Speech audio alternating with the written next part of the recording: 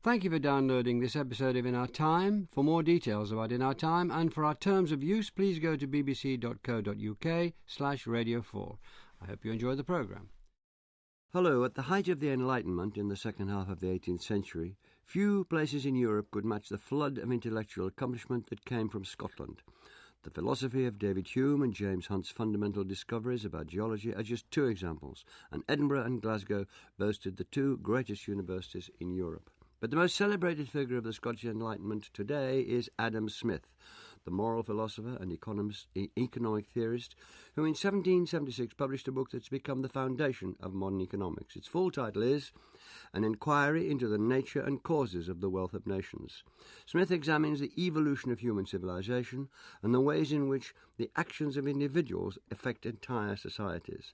The Wealth of Nations argues passionately against the regulation of markets. With me to discuss Adam Smith and the Wealth of Nations are Richard Watmore, Professor of Modern History and Director of the Institute of Intellectual History at the University of St Andrews, Donald Winch, Emeritus Professor of Intellectual History at the University of Sussex, and Helen Paul, Lecturer in Economics and Economic History at the University of Southampton. Richard Watmore, could you begin by telling us a bit more about Scotland at the time in the early days of Adam Smith? Yes, well, Smith's born in 1723, and you can say that the history of Scotland before that time is both fascinating and also desperate.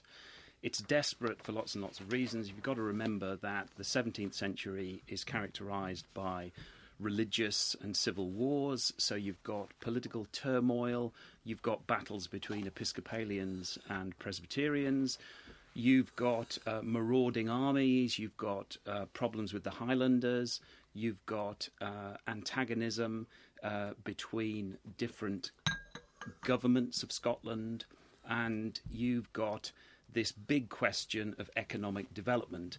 Because, as David Hume famously said in his essay of Civil Liberty, something changed at the end of the 17th century when commerce became a reason of state. And what that meant is that all states had to become commercial if they wanted to maintain themselves. Now, how they had to do that was by developing commerce. That's a real problem for small states like Scotland. And famously, the Scots in the 1690s attempt to create a commercial empire, the Darien scheme on the Isthmus of Panama. It fails. It's a bit embarrassing, the extent of the failure. And then we have the great fact about 18th century Scottish history, which is the Union of 1707, when the parliaments of England and Scotland vote to get rid of the Scottish Parliament and to create this new free trade area. And that's just such a remarkable experiment. And the big question is, how successful was it? And that really is a framework for understanding what Smith was doing. But to cut to the chase, the big answer is that we're very successful. The big answer is that the usual when big countries took over small countries, they colonised them and then subjugated them. In this case, they seemed to inject Scotland with immense amount of energy, which became itself extremely successful as a country. There's no question that the Union was a success economically. There's a letter of Smith's where he says that the amount of good that the Union did was simply so extensive it couldn't really be, nobody could challenge it. Having said that, at the beginning, the notion of a union that Scotland's been bought and sold for English gold, that it's uncertain what's going to happen. And lots of contemporaries were worried that the pull of London especially is going to mean that the Scottish economy actually declines rather than develops. Like that. And we're talking about the Scottish Enlightenment towards the end of the 18th. That's what we're talking about. You're way back at the beginning of the 18th century. Mm-hmm. Very nicely. We're talking about the Scottish Enlightenment. By then, it was up and running in a big way. What was the economy like in, let's say, 1765, 70 onwards? Yeah, actually, I think you're wrong, because you have to go back to the early period. And you can say that by the time Smith publishes The Wealth of Nations, Scotland's thriving. Actually, you've got to remember, think 1745, Smith's in Oxford, but he goes back to Edinburgh. You've had Jacobites, the Highlanders, come down and invade. Now, that is fundamentally important for understanding The Wealth of Nations, because the fact is that we think of commercial societies as very successful and stable, but in the 18th century, people do not think that. They're threatened by wild republicans, by radical Christians. Are the wars of religion going to start again? Are barbarians going to invade? These are real questions for Smith. They're real questions for Smith. And I'll say, you are the historian. But at the end of the 18th century, Scotland was in a very strong position, full of great intellectuals, great universities, industry going strongly. I'm just trying to make that as a point before we move on. Certainly, what is remarkable... Good. So I'll settle for certainly. Yeah. Okay. Donald Winch, would you tell us a bit about Adam Smith's background and his early life? Well, I mean, if we go right back to the beginning, he's a fatherless child. His father dies before he's born, and he's got his mother is a young widow. Difficult circumstances. Some decent provision is made for him, possibly by the deceased father. He's got a board of guardians, which is a pretty decent team of people who are going to look after his and the mother's future. So he's a sickly child, but he manages to thrive in the local grammar school, which is a 2-room building in Kirkcaldy on the north bank of the Forth, the Firth of Forth, a successful small coal exporting town. Does well in that setting, and not unusually enters one of the local universities, the University of Glasgow, rather than Edinburgh in that case, at the age of 14. And is taken up by a very good thinker and who becomes his teacher. Yes, you're thinking of Francis Hutcheson. I am. Yes, he's a new light thinker, as Lady said.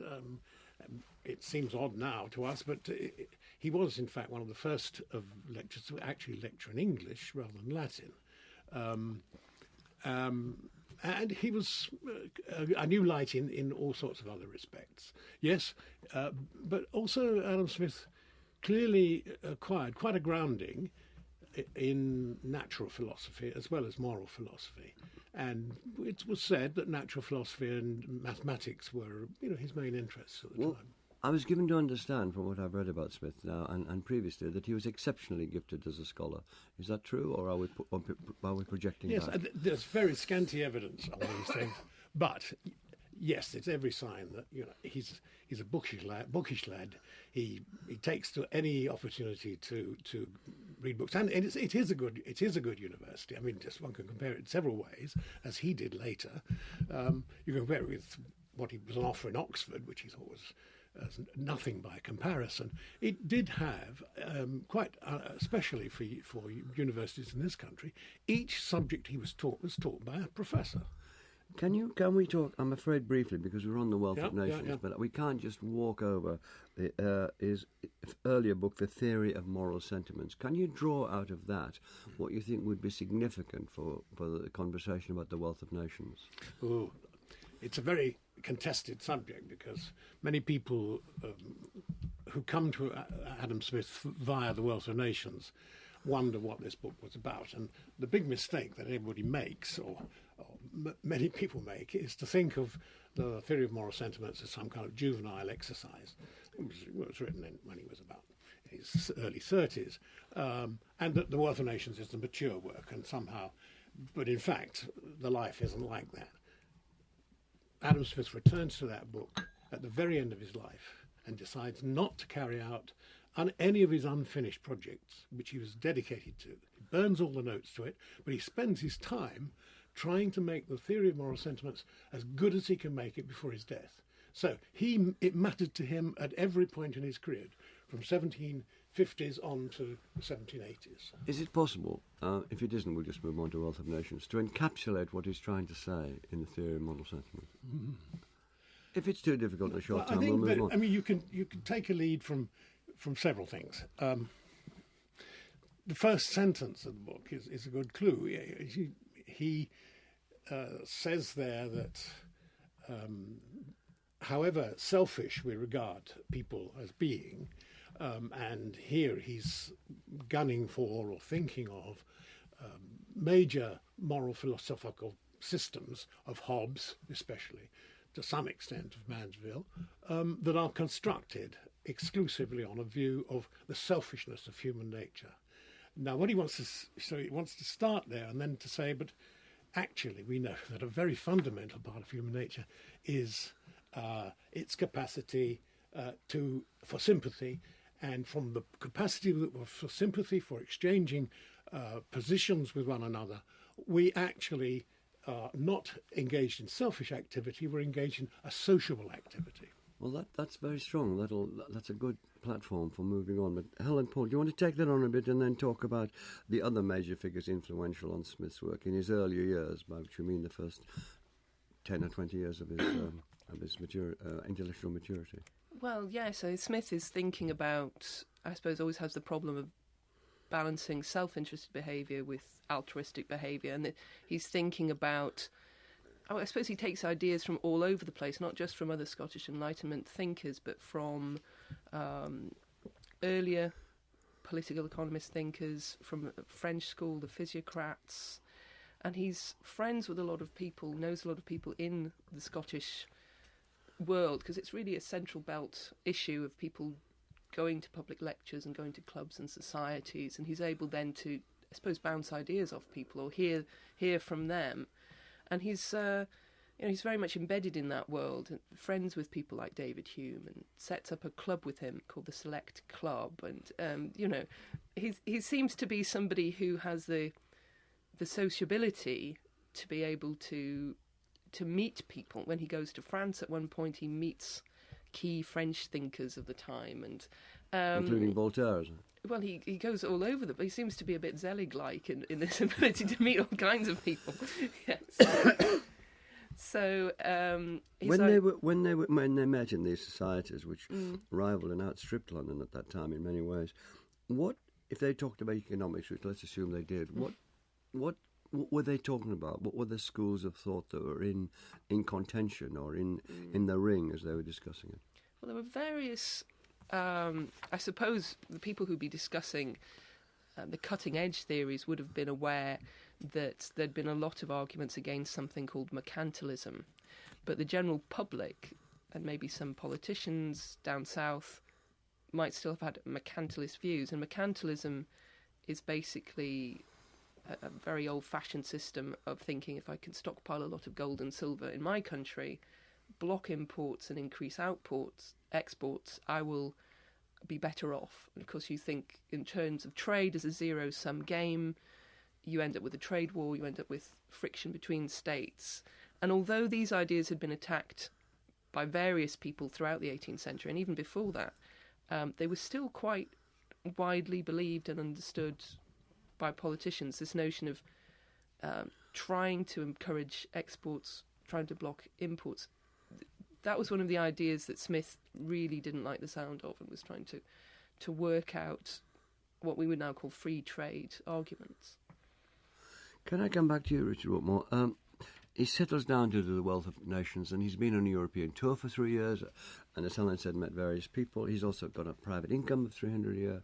He doesn't marry, he lives with his mother, he's devoted to her through her long life, and he settles the life of a scholar, full-time scholar, independent scholar, although he's very much part of the university's independent scholar. He's been to Oxford for 7 years. He finds it very dull, teaching's poor, not anything like as good as Edinburgh and Glasgow, but he reads a lot. Use the chance to read. So there we have him there, and he's going to do the Wealth of Nations. What sets him up? Why does it's a massive enterprise, as you know more than any of us. So what sets him off? Why does he want to do that book? Well, I think that coming to this issue of the Enlightenment, and you have to remember that the Enlightenment really is a battle. It's a battle to work out where are we going, really, in the broadest sense. And again, commercial society is not necessarily new. There have been lots of commercial societies through history, but saying that commerce is the central goal of human activity, everyday activity, and that governments have to be directly concerned with it, that requires a justification. And you have to remember that there is the literature of Jeremiah, the notion that actually you're on the edge of a precipice, that Europe might be reliving the history of Rome and on the edge of a new dark age, whether it'll be barbarians invading, obviously referred to the Highlanders earlier, but potentially other shepherd societies invading from the east. These are direct concerns. Now, somebody needed to justify commercial society and to deal with this issue of, is it a justification of what was called the selfish system, as Donald referred to? Is commerce something that creates effeminacy, it destroys martial virtue, or is it something that can be justified and associated with certain forms of politeness, sociability and morality? He thought that commerce was the system now, didn't he? That was what had happened. That was a change that happened towards the end, 17th, beginning of the 18th century. And he wanted nations to be aware of that, and he wanted to examine why it was so, what would happen to it, and what his future was. That's right. I think that the key is that historically you've had lots of forms of commerce, going back to Athens, the Italian city republics, but throughout history, they've not lasted. Carthage, obviously, another famous example. They've tended to be defeated by more agrarian societies, Rome against Carthage, or marauding shepherds.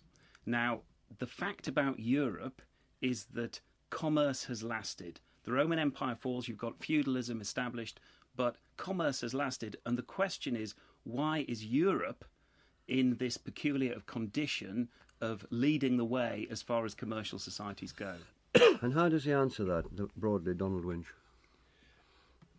Well, I think that it is right to say that the Wealth of Nations is addressed to this latest, most modern form of economic organisation called commercial society. You need a history of it. You need to, because in fact it's imperfectly realised, even in the countries like England, not Scotland at the time, England, that have made most progress towards being a commercial society. It is the most advanced in one important respect. For example, agriculture is commercial. England in the 18th century no longer has a peasantry. Scotland and Ireland still do, and most of Europe has a peasantry. And now one way of discussing that is to say, well, that is, they've retained an aspect of the thing that preceded commercial society. Let's call it feudalism, and so that and the tension between feudal relics, as they were now called, and the requirements of commercial society is one of the points on Smith's agenda of this. But as he said, he's going to give you an account of the nature of wealth. I mean, what do we mean by it? Because we might have, as Helen has said, we might have these notions of associating wealth with money. And the listeners might want to know what you think commercial society means at this stage. Well, you can't do much better than just quote the master. Well, away you go then. The definition of the master is to say commercial society is a society in which every man becomes in some measure a merchant. Now, what he means by that, he doesn't mean that we're all in business or we own small shops. He's just saying that it's the kind of society in which you are just not self-sufficient. Most of your needs have to be met by other people, and that engages you in a whole series of transactions of truck and barter, and then elaborate use of markets to meet your needs. In that sense, every man is a merchant. Excellent. Helen Paul, now let's go through these books. There are 5 books in the Wealth of Nations. Book 1 is concerned with labour, and Book 2 with capital. Can we start with labour? We can. He's famously given us the idea of the division of labour with his famous example, the pin factory. So he discusses how if we can get people to divide labour up between them, then they can specialise. And then when you specialise, you get better at the job you're doing. You start finding new ways of doing it and improving. Can you just detail the pin? The pin apparently takes about 18 different things to put together. So if you want to make a pin, you've got to get someone to cut the wire and someone else to twist it, someone make the head of the pin and add the head of the pin to to the base, and even someone to put it in the paper when you finished it.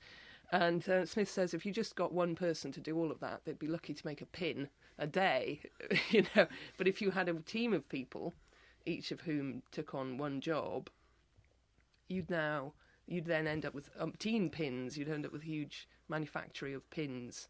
And he said, well, that's an outlier example, but wherever you can subdivide, if you can, you should do so, and then you can specialise. But he said, well, because agricultural labour doesn't subdivide quite as neatly, it doesn't improve at the pace of manufactures. And you're starting to see, you're going into the Industrial Revolution period with the factory system appearing.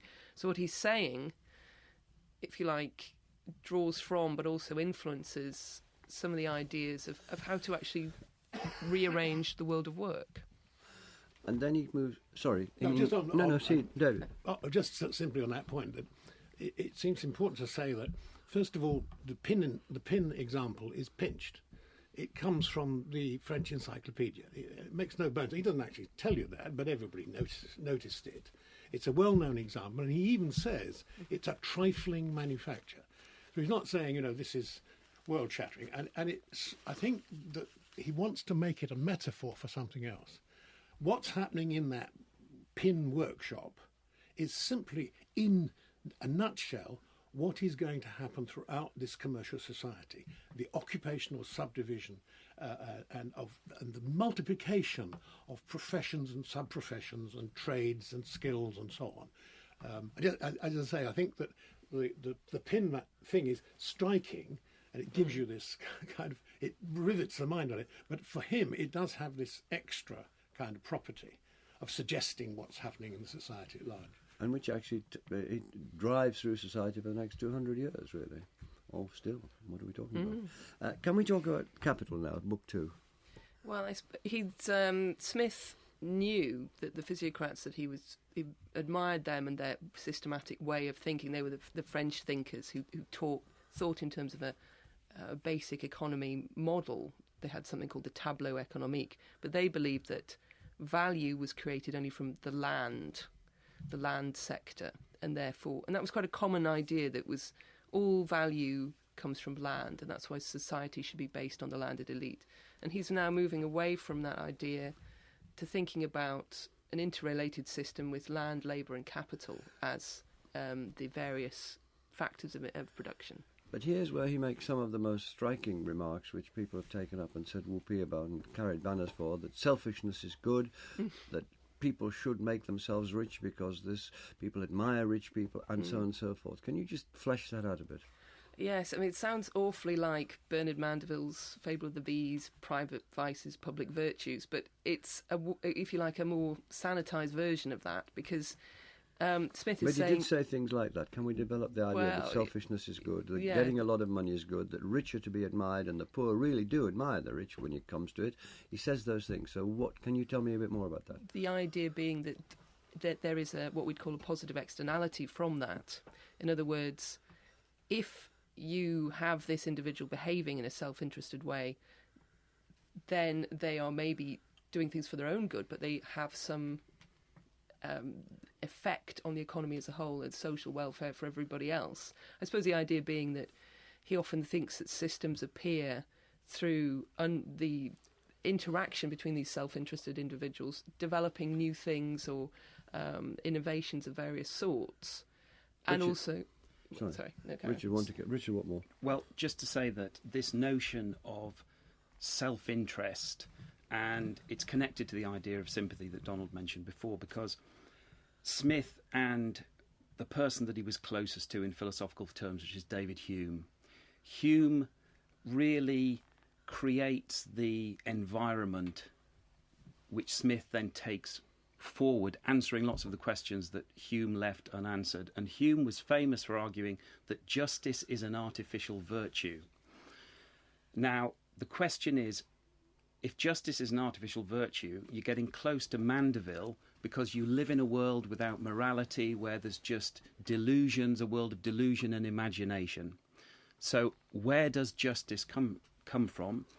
And Smith thinks that Hume hasn't done a good enough job in terms of explaining the nature of justice, because he thinks that people are selfish, but in your selfishness at the same time, and it is selfishness in the sense that you want to increase your own wealth.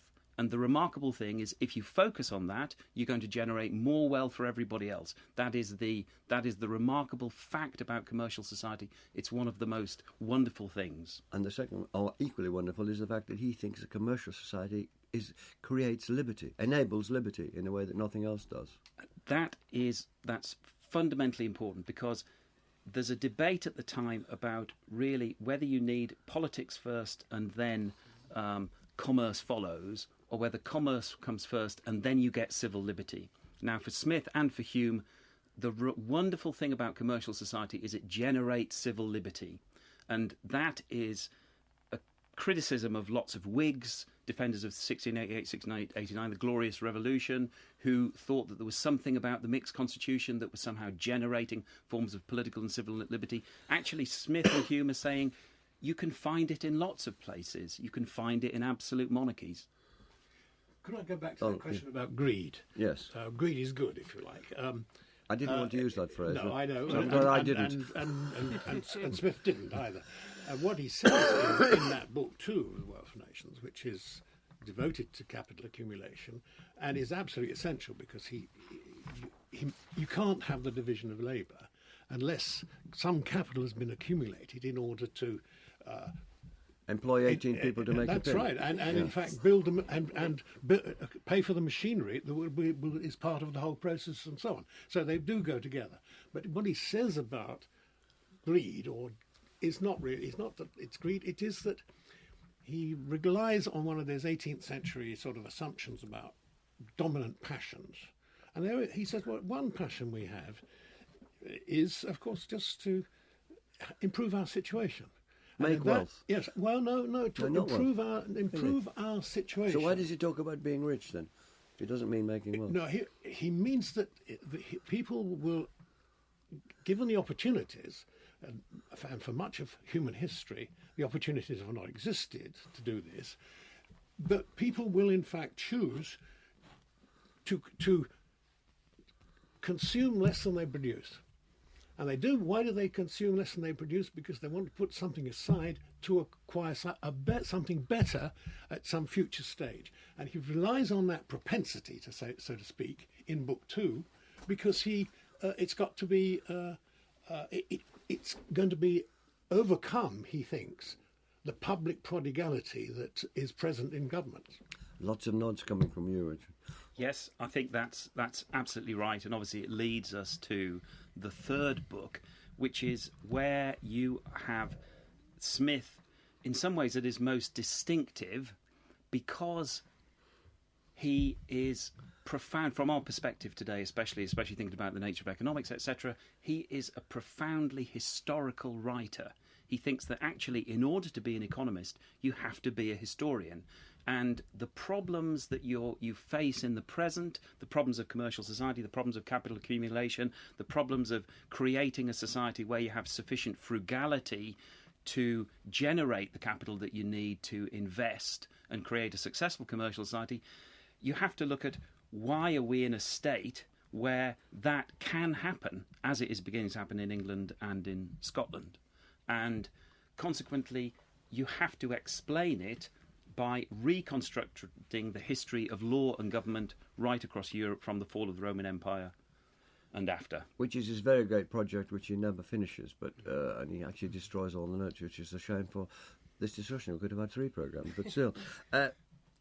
Donald Winch, in Book 4, to take up what Richard said about the historical perspective, he goes in for comparisons in a massive way. Now, can you again, I keep seeming to ask you the really difficult ones. Can you extract some marrow from that we can take before we move on? From Book 4? Yeah. Well, I mean, one simple description of it is he very rarely reflected and gave us clues as to what he was about. But he does say in a very important letter later on, he said, you know what, it is a very violent attack on the commercial policy of Great Britain. And that's where the nub of the attack takes place. And he hunts the mercantile system. The regulatory system. Right, high and low over every manifestation of it. That's the rival system, and if you like, it's the inverse of his own, what he calls the system of natural liberty and perfect liberty and justice. So, to keep it clear, by the mercantile system, he's talking about a very regulated system, and so on, a closed system. Helen was referring to it earlier. That's right. Yes, building up your own. He's talking about the ruling system throughout Europe, and of course, in that book, it contains the one chapter which is the most concerned with current events. It's the longest chapter in book 4. It's the longest chapter in the whole work. It's the chapter on colonies. And why is it there? It contains a large historical element about European colonisation, but there's also something rather important going on in the background before 1776, and it is the revolt of the American colonies.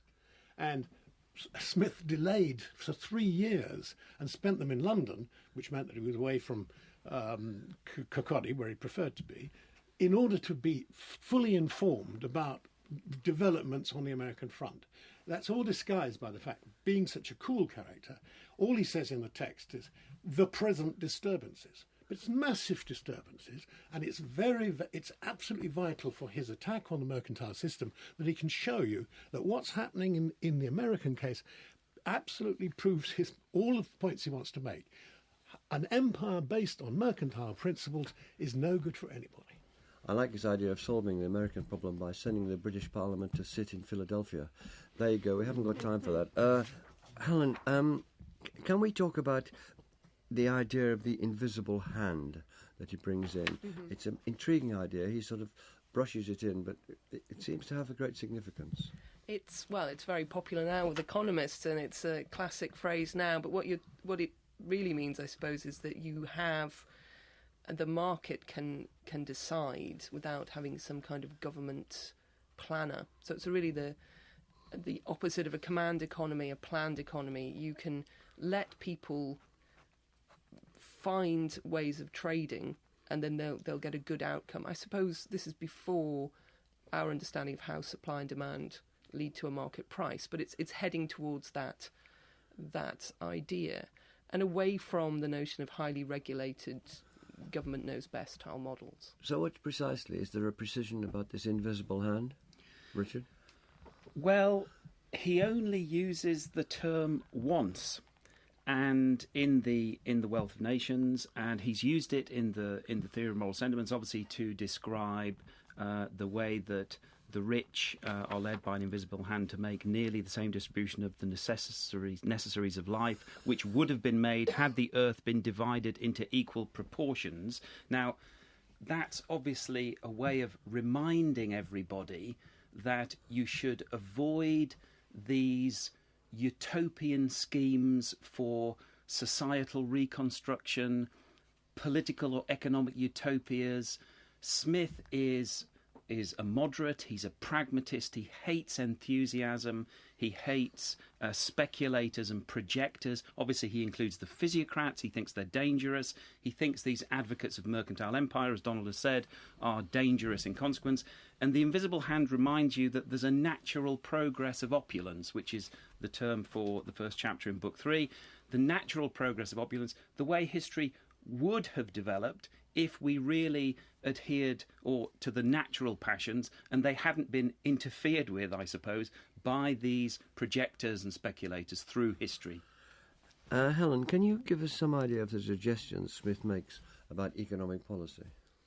Yes, he certainly doesn't like all the blocks on, say, the movement of corn through the domestic economy. He gets very upset about the idea that people have various rules to include or export bounties on the corn trade. He says that, some of these attempts to interfere in the corn trade, for instance, exacerbate dearth. When you have a country that has a small problem, it just becomes a large problem when you get these very bad government interventions. How far?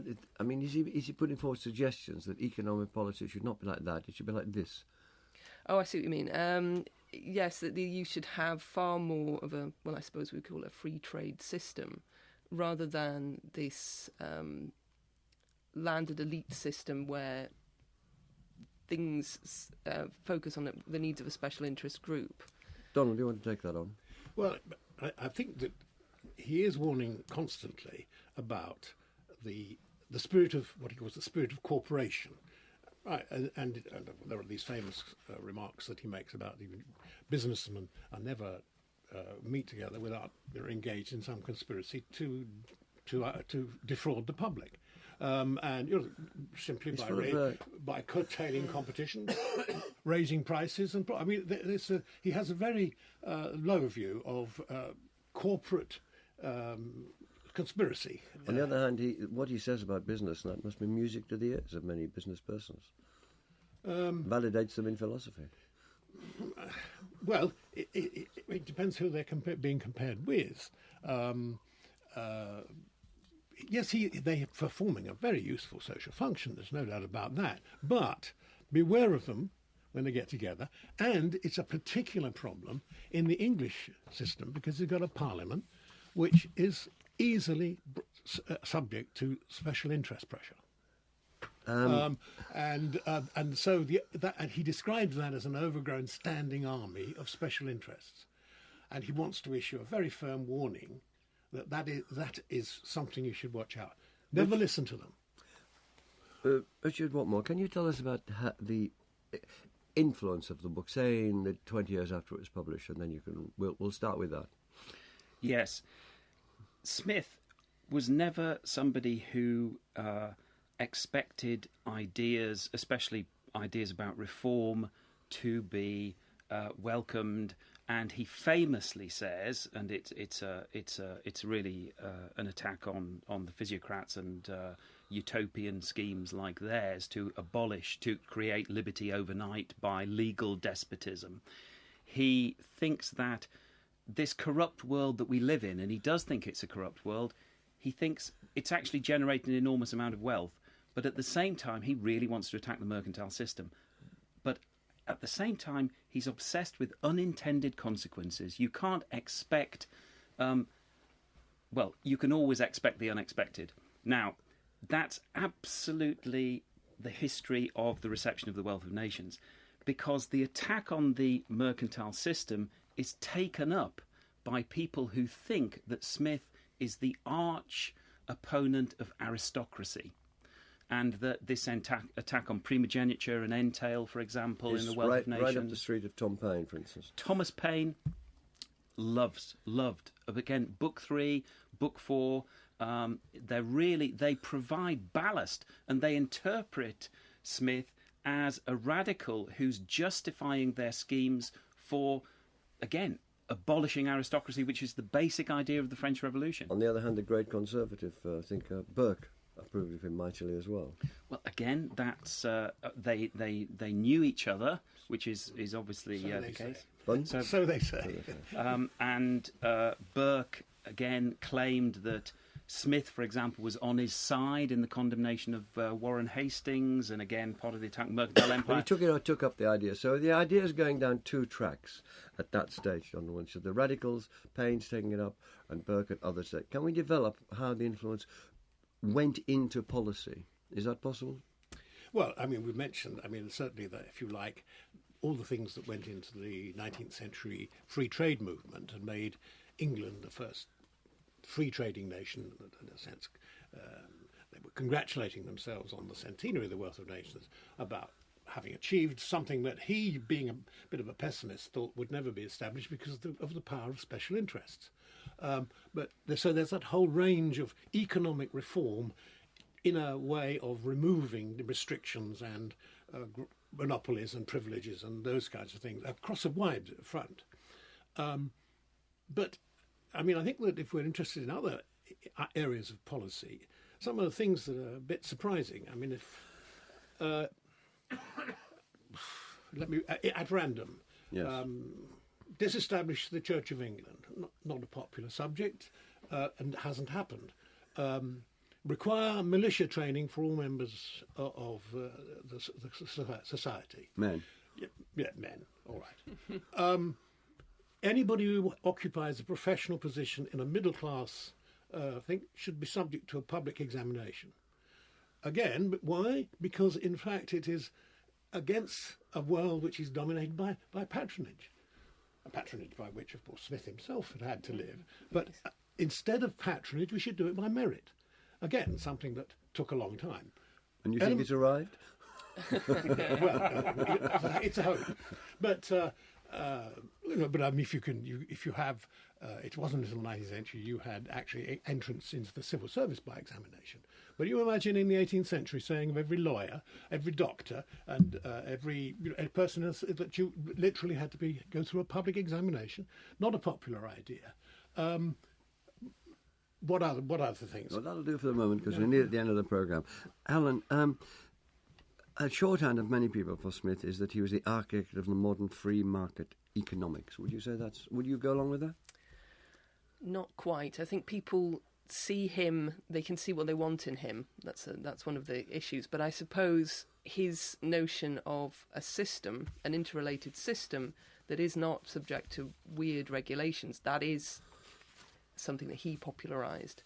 And so in shorthand he's viewed as this free trade thinker, but I think if there were limits to it. I mean, he, for instance, wanted the shipping industry to be protected because of defence reasons. He wasn't completely, one of these people at the extreme end of the free trade scale. Richard Watmore. Just to say that the other thing that we need to remember is that he writes so beautifully. There's lots of jokes in The Wealth of Nations. He doesn't do the things that you expect him to do. But also we have to remember that he burned those papers. He didn't finish the big project. And the Theory of Moral Sentiments and The Wealth of Nations are both part of this philosophical history of law and government, which was the aim was to make laws rule, not men. And that great aspiration of Hume and of Smith, he didn't manage it.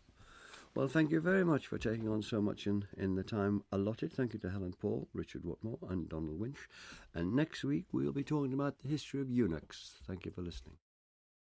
And the In Our Time podcast gets some extra time now with a few minutes of bonus material from Melvin and his guests.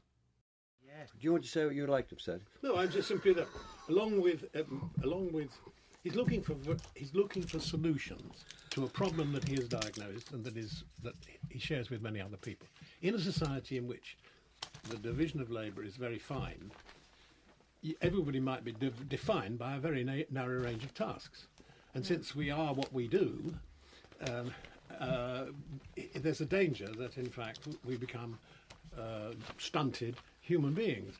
So he's looking for remedies for that, and obviously education and the militia. But the other thing is you need the arts, and you need public finance for the arts. And he's thinking of this in a Scottish context. All those dour religious sects and their miserable sort of outlook on life, they need to have a bit of satire directed against them. And music and dancing, and if it's necessary, the public ought to support those activities. Yes. Why didn't we get that in the programme, Noel? No time. Yes, I mean that's he's so rich, and so many. I mean the attack on the Oxford professors who are so slovenly. Well, I'd love to have had that in. Because again, he thinks that because they have a salary. I mean, I think the Oxford professors at the moment are absolutely wonderful and superb. Okay, that's fine. But then, of course, but in those days, and Smith, partly because he was at Balliol and it was accused of being high church and Jacobite as well. So and very much against anti-Scot. Yes. So he has a tough time. They find him. The claim. Nobody knows if it's true. Is they find him reading Hume's treatise on human understanding, which again is anti-religious, of course. But he says that because they're salaried, it means that they really are idle. The professors in Oxford, because there's no incentive to do a really good job for your students. Complete contrast in Glasgow, where you are paid by your students. They're going to turn up to your lectures and they'll pay for them. I think take care with this line of argument on that. No, but it goes with the business about conspiracy among businessmen. It's not just businessmen. There's no special thing about businessmen. Oxford dons show very clearly the spirit of cooperation. If the corporation employs you, and regardless of what you do, then of course you'll Bill I think, Connell. I think it's the nature of corporations. Yes, exactly. And Any Don't you? corporation. Yes, Any yes. corporation. And that's why he says again that governments shouldn't listen to organised merchants, because you're not going to come out with sensible policies for the public good, and that is obviously the aspiration. I mean, again, there's a lovely idea of you have to follow what he calls the wisdom of Solon, which is you A can't lawmaker. make absolutely, but you can't make perfect laws for a perfect world. So you make laws for the second best, and that again is what you need to aspire to. And obviously, this sense of it not being a perfect world, and therefore you have to address that issue directly. That's why again, I mean, reading. It's worth reading so much of Smith. I mean, it's difficult for us, but it's wonderful stuff. And here's Tom, who's going to bring us Thanks some very wonderful much. cups of tea. Coffee or lemsip? All right. Do you have any of them, sir? There are many more Radio 4 arts and discussion programmes to download for free. Find these on the website at bbc.co.uk/Radio 4.